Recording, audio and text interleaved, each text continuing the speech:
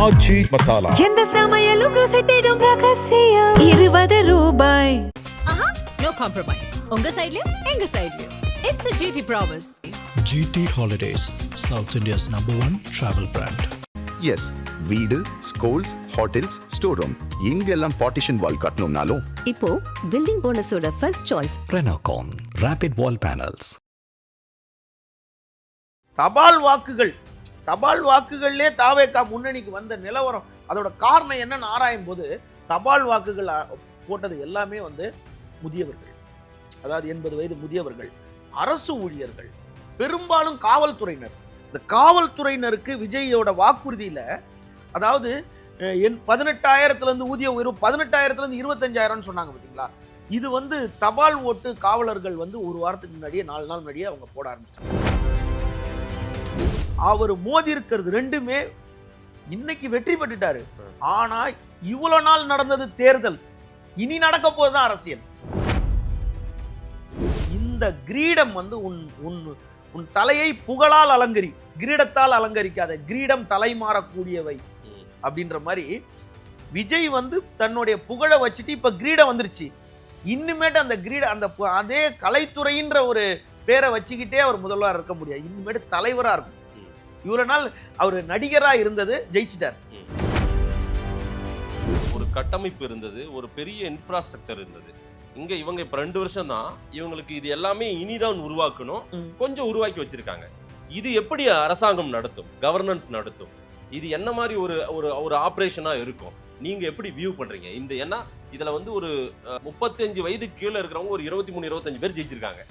எப்படி அதுல ஒரு 5-10 மினிஸ்டராவது வருவாங்க, டெஃபினட்டா வருவாங்க, இல்ல ஒரு 5 மினிஸ்டராவது இருப்பாங்க 35 வயசு கீழே. அவங்க எல்லாம் மாண்புமிகு அமைச்சர்கள். அவங்களுடைய பெர்ஃபார்மன்ஸ் என்னவா இருக்க போகுது?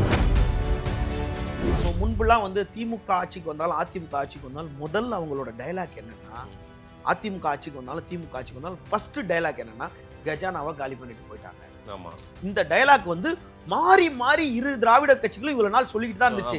ஆனா அதுதான் உண்மை, அதுதான் உண்மையும். இப்போது இப்ப மிகப்பெரிய விஜய்க்கு ஒரு பெரிய சவாலான ஒரு பெரிய டாஸ்க் என்னன்னா, கஜானா காலியா இருக்கும், நிச்சயமா இருக்கும்னு வச்சுங்க. அனைத்து பெண்களுக்கும் 2,500 ரூபாய் அப்படின்ட்டாரு. அதுக்கெல்லாம் என்ன பட்ஜெட் ஒதுக்க போறாங்க? ஏன்னா ஏற்கனவே இவங்க 1000 ரூபாய் கொடுக்கும்போதே அது ஒரு 1.25 கோடி பேருக்கு தான் கொடுத்தாங்க. நிச்சயமா 2 வருஷம் ஆகும் அதெல்லாம் பண்றது. அதாவது இமீடியட்டா இப்ப ஃபர்ஸ்ட் முதல் கையெழுத்து என்னவா இருக்கும் விஜய் இது அப்படின்ற மாதிரி எல்லாருடைய எதிர்பார்ப்பு இருக்கும். ஏன்னா இவர் ஒரு மாற்று அரசியல்வாதி, மாற்று சக்தி அப்படின்னும் போது விஜய் சொன்ன ஸ்கீம்லயே இவர் எதை ஃபர்ஸ்ட் இம்ப்ளிமெண்ட் பண்றாருன்ற ஒண்ணு பெரிய ஹைலைட்டா இருக்கும். ஆதன் தமிழர்களுக்கு வணக்கம். பல்வேறு துறைகளில் ஆக சிறந்த ஆளுமைகளை சந்தித்து நாம் நேர்காணல் எடுத்து வருகிறோம். அந்த வகையில் மீண்டும் நம்மோடு இணைந்திருக்கிறார் பத்திரிகையாளர் திரு விமலேஸ்வரன் அவர்கள். அவரிடம் கேட்பதற்கு நிறைய இருக்கின்ற வாரங்களோடுமே கேட்போம். வணக்கம் விமலேஸ்வரன் சார். வணக்கம் சகோதரர், எப்படி இருக்கீங்க? நல்லா இருக்கு. நல்லது. தமிழக வெற்றி கழகம் ஆட்சியை பிடித்திருக்கிறது என்றே சொல்ல வேண்டும். பெரும்பான்மை இன்னும் கிடைக்கவில்லை. ஏறக்குறைய உங்களுக்கு பெரும்பான்மை கிடைச்சிரும் போலதான் தெரியுது. தாவேகா 2 வருட கட்சி, ஒரு புதிய கட்சி, இருபெரும் திராவிட இயக்கங்களையும் வீழ்த்தி அதிகாரத்துல இன்னைக்கு வந்திருக்காங்க. எப்படி பார்க்கறீங்க முதல் கட்ட கருத்து? முதல் கட்டமா என்னன்னா, மக்கள் மக்கள் தீர்ப்பை மதித்து நம்ம ஏற்றுக்கொள்றோம். அவங்களோட வெற்றியை, தாவேகாவோட வெற்றியை, மக்கள் தீர்ப்பை நம்ம ஏற்றுக்கொள்றோம். இதற்கு காரணம் என்ன அப்படின்னு பார்த்தா, இருவேறு திராவிடர் கட்சிகளோட அதிருப்தி மட்டும்தான் மக்கள்கிட்ட எடுபட்டு இருக்குன்றத இந்த தாவேகாவோட வெற்றி அனைவருக்கும் உணர்த்துது. அதாவது 1991 தேர்தலில் பார்த்தீங்கன்னா, அப்போது அதிமுக 225 இடங்களை பெற்றிருந்துச்சு.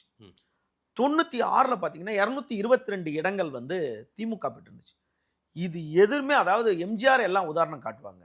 அதாவது எல்லாரும் என்ன சொல்லுவாங்க, எம்ஜிஆர் மாதிரி ஆட்சி நடத்தணும், எம்ஜிஆர் மாதிரி ஜெயிக்கணும், எம்ஜிஆர் மாதிரி வெற்றி கொள்ளணும், எம்ஜிஆர் மாதிரி நம்ம எல்லாம் பண்ணணும்னு.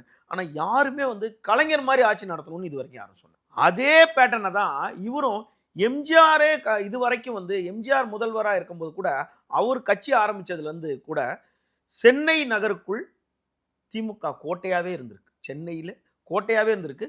அவர் கடைசியாக பரங்கிமலை தொகுதியில் தான் நின்று இருக்கார் ஒரு முறை. அதுக்கு முன்னாடி பார்த்தீங்கன்னா ஆண்டிமடம், அங்கே பெரிய அந்த மாதிரி இடத்துல தான் நின்று இருக்காரு. தவிர அவர் சிட்டிக்குள்ளேயே அவரை வர விடாம ஒரு இரும்பு கோட்டையா வச்சிருந்துச்சு.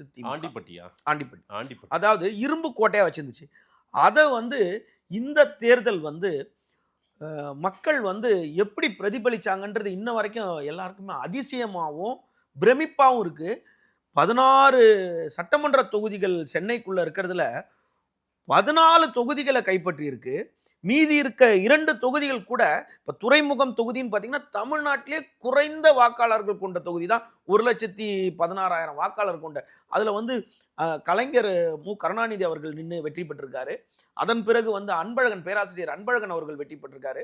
அதிமுக காலத்துல வந்து பழக்கருப்பையா அவர் வெற்றி பெற்றிருக்காரு. அந்த தொகுதியில வந்து சொற்ப வாக்குகளை வந்து தான் நம்ம வந்து கமலஹாசன் சொன்ன மாதிரி 2வது ராஜராஜ சோழன் சேகர் பாபு அவர்கள் வந்து வெற்றி பெற்றிருக்காரு. அதுல அதே மாதிரி சேப்பாக்கம் திருவல்லிக்கேணி தொகுதி வந்து இணைக்கப்படும். முதல் வந்து நம்ம அது வந்து சேப்பாக்கம் தொகுதியா இருக்கு, அப்புறம் திருவல்லிக்கேணி சேப்பாக்கம் தொகுதியா. அந்த தொகுதியில வந்து துணை முதல்வராக இருந்த உதயநிதி ஸ்டாலின் அவர்கள் வந்து கணிசமான ஒரு குறைந்த வாக்குல தான் அவர் வந்து வெற்றி பெற, இவங்க 2 பேர் வெற்றி பெற முடிந்தது. அதாவது மேற்கு வங்கத்தையும் இப்போது நடந்த தேர்தலில் மேற்கு வங்கத்தையும் கேரளாவை பார்க்கும்போது முதல்வர்கள் கூட அங்க தப்பிச்சிருக்காங்க, தோல்வியக்கல்ல தப்பிச்சிருக்காங்க. ஆனா தமிழகத்துல ஒரு முதல்வரா இருந்தவர், திராவிட முன்னேற்ற கழகத்தின் தலைவரா இருந்தவர், இதுக்கு முன்னாடி வந்து உள்ளாட்சித்துறை அமைச்சரா இருக்காரு, துணை முதல்வரா இருந்திருக்காரு, மேயரா இருந்திருக்காரு, அவர் தொடர்ந்து தேர்தலில் நின்றுருக்காரு. 91 காலகட்டத்தில் 1000 விளக்கு தொகுதியில ஒரு முறை மட்டும்தான் மு.க. ஸ்டாலின் அவர்கள் தோல்வியை கண்டிருக்காரு, தொடர்ந்து வெற்றி பெற்றிருக்காரு. அவரே வந்து கொளத்தூர் தொகுதியில வந்து ஒரு 10,000 வாக்குகள் வந்து முதல் எண்ணிக்கை முதல் சுற்று எண்ணிக்கையிலிருந்தே பின்தங்கியே இருந்தது வந்து முதல்வர் பின்தங்கி இருந்தது மிகப்பெரிய, அதை பொறுத்து தான் எல்லாருமே கணிச்சாங்க. தபால் வாக்குகள்லே தாவேகா முன்னணிக்கு வந்த நிலவரம், அதோட காரணம் என்னன்னு ஆராயும் போது தபால் வாக்குகள் போட்டது எல்லாமே வந்து முதியவர்கள், அதாவது 80 வயது முதியவர்கள், அரசு ஊழியர்கள், பெரும்பாலும் காவல்துறையினர். இந்த காவல்துறையினருக்கு விஜயோட வாக்குறுதியில அதாவது 18,000 ஊதிய உயர்வு 18,000 25,000 சொன்னாங்க பார்த்தீங்களா. இது வந்து தபால் ஓட்டு காவலர்கள் வந்து ஒரு வாரத்துக்கு முன்னாடியே 4 நாள் முன்னாடியே அவங்க போட ஆரம்பிச்சிட்டாங்க. இந்த வாக்குகள் விஜய்க்கு பெரும்பான்மையா கிடைச்சிருச்சு. அதனாலதான் தபால் வாக்குலேருந்தே முன்னணியிலேயே இருந்தாங்க அவங்க. ஆனா ஆட்சிக்கு வருவோமா ஆட்சிக்கு வரமாட்டோமா அப்படின்ற ஒரு எண்ணமே இல்லாம இந்த தோல்வியை ஸ்டாலினும் எதிர்பார்த்திருக்க மாட்டார், இந்த வெற்றியை விஜய் எதிர்பார்த்திருக்க மாட்டார்.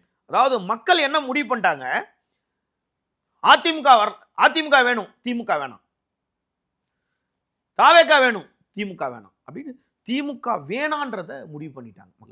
அதாவது எப்படின்னா எல்லாம் என்னென்ன விதமான ஸ்ட்ராட்டஜியை பயன்படுத்தி விஜய்க்கு எதிராக வன்மத்தை கக்கினாலும் பிரச்சாரத்தில் ஈடுபட்டாலும் பல ஊடக ஜாம்பவான்களாலையும் பல ஊடக நிறுவனங்களாலையும் கருத்து கணிப்புகள் அனைத்து எடுத்த கருத்து கணிப்புகள் ப்ரீ போல் எக்ஸிட் போல் எல்லாத்தையுமே தவிடுபொடியாக்கி வந்திருக்குன்னா அதுக்கு காரணம் என்னன்னா ஆரம்பத்துல இருந்து ஆளுங்கட்சி வந்து விஜயை வந்து அண்டர் எஸ்டிமேட் பண்ணதுதான். குறைந்த மதிப்பீடு. மற்ற கட்சிகள் அதாவது தன் கட்சியை நீங்க சொன்ன மாதிரி கட்சியை ஆரம்பிச்சு முதல்ல அவர் என்ன பண்றாரு, கூவல் விடுறாரு, வாங்க ஆட்சியில பங்கு தரோம் கூட்டணி சேருங்கன்ன போது ஒருத்தர் கூட கை கொடுக்கல. ஏன், அதாவது அதிமுகவை வழி நடத்தக்கூடிய எடப்பாடி பழனிசாமி கூட இந்த இடத்துல கொஞ்சம் சூதனமா இருந்திருக்கலாம். ஏன்னு கேட்டா அவரும் விஜயை பயன்படுத்திக்கிட்ட இளைஞர்கள் தானே இவங்க பின்னாடி. அதாவது எங்க இருந்து இந்த பேரை கண்டுபிடிச்சாங்கன்னு ஆராய்ஞ்சா இந்த பேருக்கு சொந்தக்காரர், இந்த பெயரை வைத்தவர் பார்த்தீங்கன்னா அண்ணன் நாம் தமிழர் கட்சி சீமான் தான் வந்து தற்கூரின்ற வார்த்தையை முதல் பயன்படுத்ததா தெரியுது. அந்த வார்த்தை, அந்த தற்கூரின்ற வார்த்தை இன்னைக்கு வந்து ஒரு வாக்களித்த அனைவரையுமே இத்தனை கோடி பேரையுமே தற்கூரின்னு ஒரு வார்த்தையில சொல்லிட முடியாது. அவர் வாங்க கூட்டணி ஆட்சியில பங்கு தரணும் கூடும்போது இளைஞர்களை யாரும் பெருசா பொருட்படுத்தல. ஆனா இளைஞர்களோட சக்தி என்ன அப்படின்றத தெளிவா அபட்டமா வந்து இந்த தேர்தல் வந்து திமுகக்கு மட்டும் ஒரு பாடம் இல்லை, அரசியல் வரலாற்றிலேயே இது ஒரு பெரிய பாடம். ஏன்னு கேட்டா முடிவு பண்ணிட்டாங்க, அதிமுக உங்களுக்கு வேணும் திமுக வேணாம், தாவேகா வேணும் திமுக வேணாம், இப்படின்ற மாதிரி யாரு வேணான்றத முடிவு பண்ணாங்க. அப்படி கணக்கு பண்ணீங்கன்னா இருவேறு கட்சியும் வேண்டான்னு சொல்லிட்டாங்க. 2 கட்சி இப்ப பாத்தீங்கன்னா அவர் வாங்கியிருக்க வாக்கு சதவீதம் 34.93%. அடுத்தது நீங்க பாத்தீங்கன்னா அதிமுக 27.22% வாங்கியிருக்கு. திமுக பாத்தீங்கன்னா கிட்டத்தட்ட நெருக்கி 3% கம்மியா வாங்கியிருக்காங்க. 31-32% அவங்க வாங்கியிருக்காங்க. இதுல ரொம்ப அடி வாங்கினது என்னன்னா, முதல்ல ஒரு ஆண்டுகளுக்கு முன்னாடி பழக்கருப்பியா ஒரு மேடையில பேசினார் பாருங்க. விஜய் வந்ததுனால ஒண்ணு நடக்கும்னா அவரு கூட தப்பா கணிச்சிட்டாரு.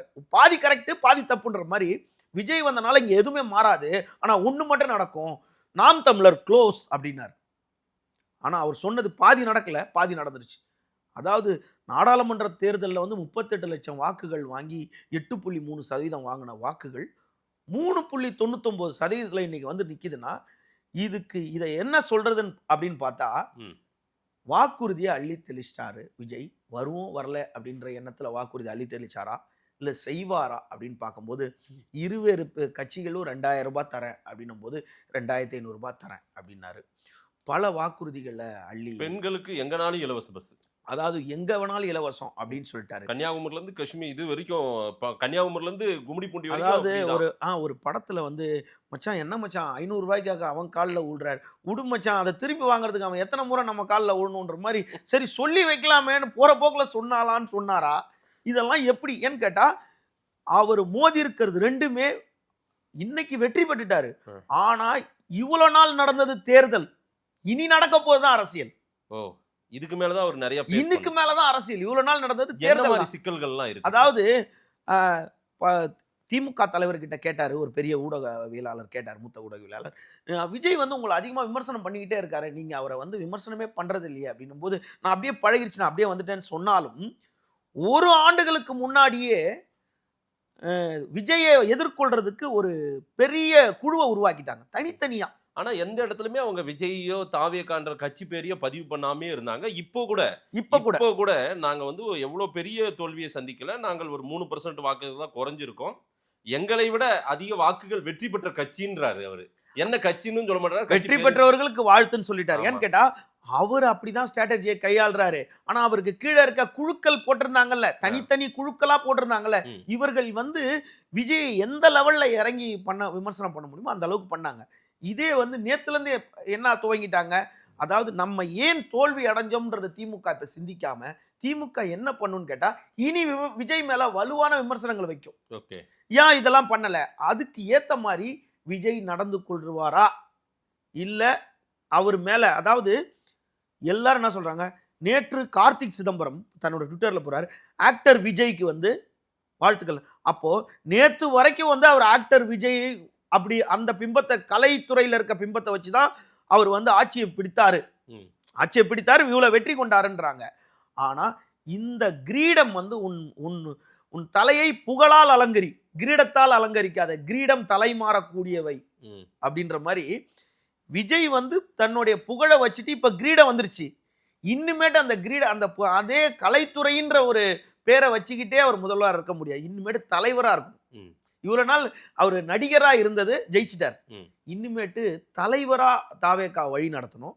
ஒரு முதிர்ச்சியான, அதாவது மு.க. ஸ்டாலின் வந்து 2021 ஆட்சிக்கு வரும்போது அந்த சீட்டுக்கு வந்த உடனே இன்னமும் அவர் மெச்சூர்ட் ஆனார்.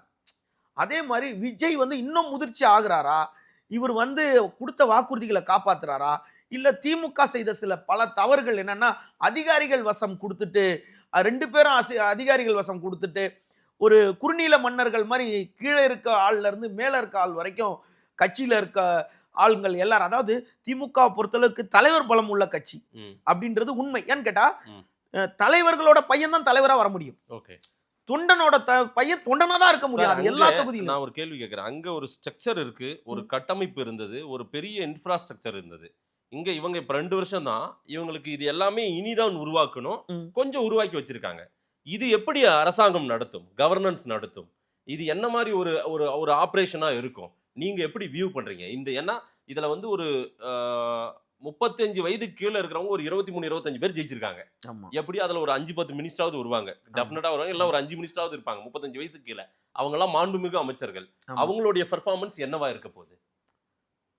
முதல் வார்த்தை சொன்ன மாதிரி மக்கள் தீர்ப்புக்கு மதிப்பளித்து அவர்களை மாண்புமிகுவா நம்ம ஏற்றுக்கொள்றோம்.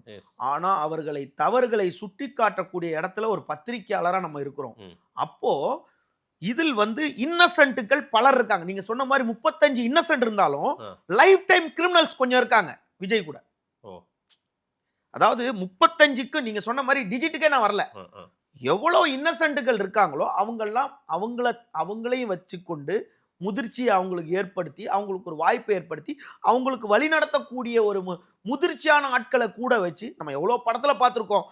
நீங்க ஆக்சுவலாக ஒரு முதல்வன் படத்தில் கூட நம்ம பார்த்துருப்போம். ஒரு இளைஞன் ஒரு முதிர்ச்சியானவர் அப்படின்ற மாதிரி அவங்கள வழி நடத்துறதுக்கு ஒருத்தர் வச்சுக்கலாமே தவிர, ஆனா லைஃப் டைம் கிரிமினல்ஸ் பல பேர் இருக்காங்க. இவங்களை எப்படி கையாள போறாங்க? இல்ல அதாவது அவங்க யாரு என்ன அப்படின்னு நீங்க அடையாளப்படுத்த வேண்டாம்.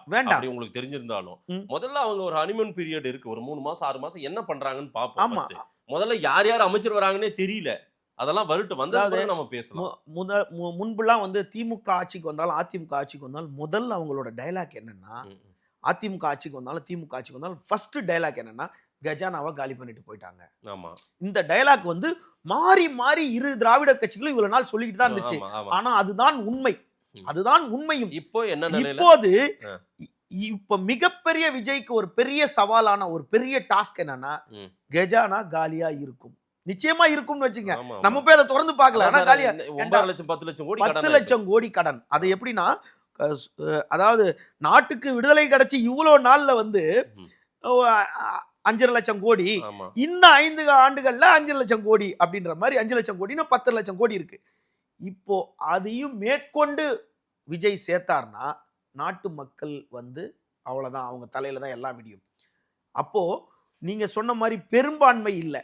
அந்த பெரும்பான்மை எங்க தேடணும்னா, அனுபவம் உள்ள முதிர்ச்சி பெற்ற ஒரு அரசியல் தலைவர்களோடைய ஒருத்தங்களோட அரவணைத்து அவர்கள் மூலியமா, அதாவது முழுமையா அதிகாரிகளை நம்பாமல் நல்ல அதிகாரிகளை உடன் வைத்துக்கொண்டு அவர்கள் மூலியமா நேரடியா கண்காணித்து நேரடியா செயல்பட்டார்னா அவருக்கு செயல்படக்கூடியதுக்கு உண்டான பிரீத்திங் டைம், அதாவது நீங்க சொன்னது 3 மாசம், நம்ம 1 வருஷம் கொடுப்போம்.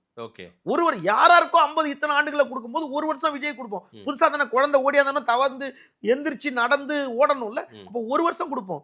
இந்த 1 வருஷத்துல எதிர்கட்சிகளும் மற்ற கட்சிகளும் விஜயை சும்மா விடாது. விஜய் எங்க போறாரு, விஜய் வீட்டுக்கு எந்த நடிகை போறாங்க, விஜய் காலையில என்ன பண்ணாரு, விஜய் வீட்டுக்கு இவர் சந்திச்சாரு, விஜய் கூட இருக்கவர் அவர் அந்த கட்சியை சேர்ந்தவர், அந்த கட்சியில அந்த குடும்பத்தை சார்ந்தவங்க 3 பேர் வந்துட்டாங்க, இந்த குடும்பத்தை சார்ந்தவங்க 2 பேர் வந்தாங்கன்னு திமுக தரப்பில் இருக்க பலர் விமர்சனத்தை ஏற்படுத்துவார்கள். இந்த விமர்சனத்தை பொருட்படுத்தாமல், இந்த சில்லற விமர்சனத்துக்கு எல்லாம் செவிசாய்க்காமல் அவர் நல்ல அதிகாரிகளை கொண்டு, அதாவது ஒரு உதாரணம் சொல்லணும்னா, திமுக நல்ல ஆட்சி நடத்துச்சு அப்படின்றது ஒரு ஊடக பிம்பத்தை வச்சு ஒரு பெருசா கொண்டு வந்தாங்க. மக்களுக்கு எந்த பாதிப்பும் ஏற்படுத்தல. ஆனால் துப்புரவு பணியாளர்கள்ல இருந்து அனைவருமே தனியார் மயமாக்கப்பட்டுச்சு. இது போன்ற விஷயங்கள் எல்லாம் கண்காணிக்கணும், தனியார் மயமாக்க கூட இதெல்லாம் தடுக்கணும். முதல் 3வது வந்து அவர் சொன்ன வாக்குறுதியில 18,000 இருந்து 25,000 காவலர்களுக்கு உயர்த்துறன்றது ஒரு கொஞ்ச நாள் ஆகும். ஆனா விடுமுறை தரேனார்ல, அதை உடனே பண்ணலாம்ல. அப்போ ஒரு பெரிய இதுக்கு வந்து ஒரு சின்னதா மருந்து போட்ட மாதிரி. இப்ப இன்னொன்னு, அனைத்து பெண்களுக்கும் 2,500 ரூபாய் அப்படின்ட்டாரு. இப்ப அதுக்கெல்லாம் என்ன பட்ஜெட் ஒதுக்க போறாங்க? ஏன்னா ஏற்கனவே இவங்க 1000 ரூபாய் கொடுக்கும் போதே அது ஒரு 1.25 கோடி பேருக்கு தான் கொடுத்தாங்க. நிச்சயமா 2 வருஷம் ஆகும் அதெல்லாம் பண்றதுக்கு. இதெல்லாம் பண்றதுக்கு 2 வருஷம் ஆகும். 2 வருஷம் ஆகும். அதாவது இமிடியேட்டா இப்ப ஃபர்ஸ்ட் முதல் கையெழுத்து என்னவா இருக்கும் விஜய் இது அப்படின்ற மாதிரி எல்லாருடைய எதிர்பார்ப்பு இருக்கும். ஏன்னா இவர் ஒரு மாற்று அரசியல்வாதி, மாற்று சக்தி அப்படின்னும் போது விஜய் சொன்ன ஸ்கீம்லயே இவர் எதை ஃபர்ஸ்ட் இம்ப்ளிமெண்ட் பண்றாருன்ற ஒண்ணு பெரிய ஹைலைட்டா இருக்கும். நிறைய இருக்கு. அது மக்களின் எதிர்பார்ப்பை பூர்த்தி செய்யக்கூடியதா கூட இருக்கணும். அப்பதான் அந்த மக்கள் பரவாயில்லப்பா, நாங்க விஜய் உட்கார வச்சோம், அதனால இது நடந்திருக்குன்னு சொல்லுவாங்கல்ல. அதற்கு தான் என்ன பண்ண போறாருன்னு தெரியல. காவல்துறை பெண்களுக்கு விடுமுறை முதலா, இல்ல ஊதிய உயர்வு, அது ஜியோ பாஸ் பண்ணணும். இதெல்லாம் ஒரு டாஸ்மாக் வந்து ஒழிக்கிறதுக்கு கையெழுத்து போடுறாரா? அதுதானே அவர் முதன்மையா இருக்குது. இந்த டாஸ்மாக் கட்டுப்பாடு தானே, அதை தானே அவர் கொண்டு வந்தாரு. சட்டம் ஒழுங்கு, மது இதை தானே கொண்டு வந்தாரு. அப்ப எல்லாருமே மகிழ்ச்சியா இருக்கக்கூடியது இந்த ஒரு விஷயம். டாஸ்மாக் நான் அவர் என்ன கொண்டு வராரு, என்ன கண்ட்ரோல்? அப்ப வருமானம் வர இடத்துல கை வைக்கிறாரா? அவருக்கு யார் ஆலோசனையை வழங்குறாங்க? இப்போ திமுக தலைவர் வந்து 2021 ஆட்சி அமைக்கும் போது அவர் தொடர்ந்து ஒரு 4-5 செக்ரட்டரி போட்டாங்க, ஐஏஎஸ் போட்டாங்க, நிறைய குழுக்கள் போட்டாங்க. குழுக்களையும் அதிகமா குழுக்கள் போட்டதும் திமுக தான். இந்த 5 ஆண்டுகள்ல தான் எல்லாத்துக்கும் குழு குழு குழு குழு போட்டு அந்த மாதிரியும் குழுக்களையும் கொண்டு வந்து மக்களை வெறுப்படைய செய்யாம நல்வழி இவர் நடத்துறாரா, மற்றவங்களை வந்து அதாவது நான் இரும்புக்கரம் கொண்டு அடக்குவேன்னு முன்னாள் தான் இப்போதைக்கு முன்னாள் முதலமைச்சர் ஸ்டாலின் அவர்கள் வந்து சொன்னாரு. எந்த இடத்துல இரும்புக்கரம் கொண்டு அடக்கியிருக்காரு? அதை இவரு யோசனை பண்ணாம செய்யணும், தன்னோட கட்சிக்காரங்களா இருந்தாலும். அதை மக்கள் எதிர்பார்க்கறாங்க. ரெண்டாவது, நான் வந்தா உங்களை விடவே மாட்டேன், அதே தான் ஸ்டாலின் சொன்னாரு. மிஸ்டர் வேலுமணி அவர்களே, ஊழல் மணி அவர்களே, இன்னும் 9 மாசத்துல ஆட்சிக்கு வரும்.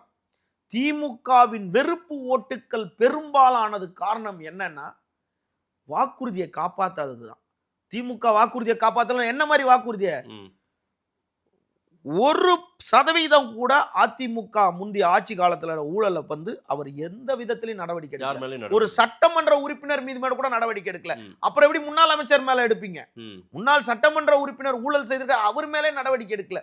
அப்படி யாராவது இந்த 5 ஆண்டுகள்ல தொடர்ச்சியா ஒரு சில அமைப்பு, அறப்போர் இயக்கம் போன்ற அமைப்புகள் மட்டும்தான் தனியா குரல் கொடுத்துக்கிட்டு இருந்துச்சு. அதை மீட்டு ஒரு தனிநபர்கள் ஊழலை பத்தி பேசும்போது, அதாவது மெசேஜை வாங்கி படிக்காம அந்த மெசேஜரை ஷூட் பண்ணாங்க. எவ்வளவு பேரை சிறையில் அடைச்சாங்க, எத்தனை முறை குண்டாஸ் போட்டாங்க, ஊழலை பத்தி பேசுறவங்களை வாய் அடைச்சாங்க. இது போன்ற செயல்கள் எல்லாம் வந்து திமுக மாதிரி தாவேகா பண்ணுச்சுன்னா, ஒரு சின்ன உதாரணம், இந்த 5 ஆண்டுகள்ல தந்தையும் மகனும் இருந்தாலும், குறுநீல மன்னர்கள் மாதிரி இருந்தாலும், அதிகாரிகள் தான் ஆட்சி செலுத்தினாங்க. ஒரு சில அதிகாரிகளோட சுயநலத்திற்காக ஒரு மாநிலத்தோட சட்டம் ஒழுங்கு டிஜிபியை இத்தனை நாள் போட முடியலங்க. எவ்வளவு விமர்சன பொருளாச்சு. சுப்ரீம் கோர்ட் வரைக்கும் போனாங்க. டிஜிபி, அதுக்கு பிறகு பொறுப்புக்கு ஒரு டிஜிபி, அதுக்கு முன்னாடி ஒரு டிஜிபி இருந்தார். கமிஷனர் ஒருத்தர் உடல்நல சரியில்லாம இருந்தாரு, அவரை தூக்கிட்டு வந்து திரும்ப அந்த சீட்ல உட்கார வச்சு அவரை கொண்டு வந்து டிஜிபி. இப்ப யாரோட நலனுக்காக இதெல்லாம் கொண்டு வந்தீங்க? டிஜிபியே போடல. அப்ப 33 வருஷம் ஒரு சர்வீஸ் பண்ணிட்டு அந்த இது வந்து சுயநல அதிகாரிகள் சிலர் செய்ததுனால, அவர்கள் பேச்சை இவர்கள் கேட்டதுனால, இதே தவறை தனக்கு கீழே உள்ளவங்க பேச்சை மட்டும் கேட்டுக்கிட்டு, அதாவது திமுக தலைவர் பண்ண ஒரு மிகப்பெரிய ஒரு தவறு என்ன அப்படின்றத இன்னைக்கு பட்டவர்த்தமா தெரிஞ்சிடுச்சு. யூடியூப்ல பல பேர் விமர்சனம் பண்றத அவர் கவனிக்கிறது இல்ல, அவர் நாலேஜுக்கு போறதே கிடையாது. அதிகாரிகளோட அது க்ளோஸ் பண்ணப்படுது. அதே தப்ப விஜய் பண்ணக்கூடாது. அதாவது அதெல்லாம் பாக்குறாரு சார், அதே தப்ப இனிமேட்டு பாப்பாரான்றது ஒண்ணு இருக்குல்ல, இனிமேட்டு பாப்பாரா. அப்ப 2ஆம் கட்ட தலைவர்கள் ஒருத்தரை நம்பும் போது அந்த 2ஆம் கட்ட தலைவர்கள் சொல்றதை மட்டும் தான் இவர் நம்பிக்கை மாதிரியா இருக்கும். அப்ப 2ஆம் கட்ட தலைவர் மேலேயே ஒரு விமர்சனம் வரும்போது, இப்ப நான் சொன்னல லைஃப் டைம் கிரிமினல்ஸ் இருக்காங்க, அந்த லைஃப் டைம் கிரிமினல்ஸை சுத்தி பேரிகார்டு கட்டிட்டாங்க. பேரிகார்டுன்றது வந்து பாதுகாப்பு வளையம் கட்டிட்டாங்கன்னா அதுக்கு கீழே இருக்கவங்க யார் எது சொன்னாலும் மேல போவாது, இவங்களோட நின்றுச்சுன்னா மிகப்பெரிய விமர்சனத்தை. அதாவது நேத்து திமுக தலைவரோட மைத்துனர், அதாவது அம்மா துர்கா அம்மாவோட வந்து சகோதரர் மருத்துவர் திரு ராஜமூர்த்தி அவர்கள் ஒரு பதிவு போடுறார். காலையிலேயே போட்டார் 11:30 முகநூல்ல இருக்கு. அது திமுக அப்ப தோல்வி அடையல, கவுண்டிங் தான். திமுகவின் தோல்விக்கு அதிகாரிகளும் அமைச்சர்களும் தான் காரணம்ட்டார்.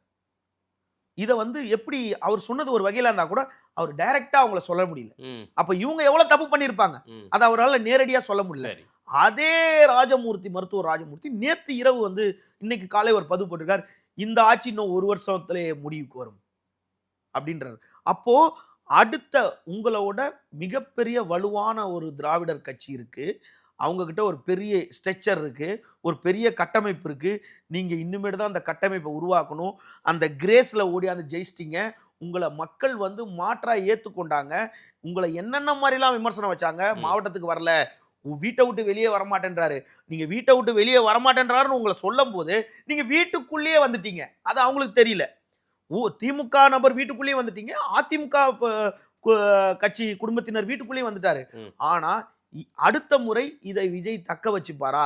இந்த இனிமேட் அதை நான் முதல் சொன்ன மாதிரி இப்போது தேர்தல் தான் முடிந்திருக்கு. பெரிய சவால் காத்துக்கிட்டு இருக்கு. மிகப்பெரிய சவாலும் விமர்சனங்களும் தொடர்ந்து காத்து கொண்டு இருக்கு. அவங்க பெரும்பான்மையை நிரூபிக்க யார் யார் ஆதரவு தெரிவிப்பாங்க, யார் ஆதரவு தெரிவிக்க வாய்ப்பு இருக்கு? உங்களை மாதிரி தான் நானும் எதிர்பார்த்து கொண்டிருக்கேன். நம்ம ஒன்று சொல்லி இன்னைக்கு சமூக வலைதளம்ன்றது எல்லாத்தையும் நம்ம பேசினதே நமக்கு எடுத்து பிரதிபலிக்கின்ற மாதிரி இவர் 2 வாரம் கால நீட்டிப்பு கேட்டிருக்காருன்ற மாதிரி. ஆனா அவ்வளோ டைம் நிச்சயமா கொடுக்க மாட்டாங்க. நிச்சயமாக இப்போது பெரிய ஆலோசனை நடைபெற்று கொண்டிருக்கு. அதனால பெரும்பான்மையை நிச்சயமா நிரூபிச்சிருவாரு. பெரும்பான்மையை நிரூபிச்சுக்கிறது வாய்ப்பு இருக்கு. அப்படி இருக்கிறது தான் நமக்கும் நல்லதா இருக்கும். ம். ஏன்னு கேட்டா ஒருத்தர் கேள்வி கேட்கறதுக்காக ஒருத்தரா இருக்காங்க. பல பேர் இப்ப பேச்சுவார்த்தையில் நடந்து கொண்டு இருப்பாங்க.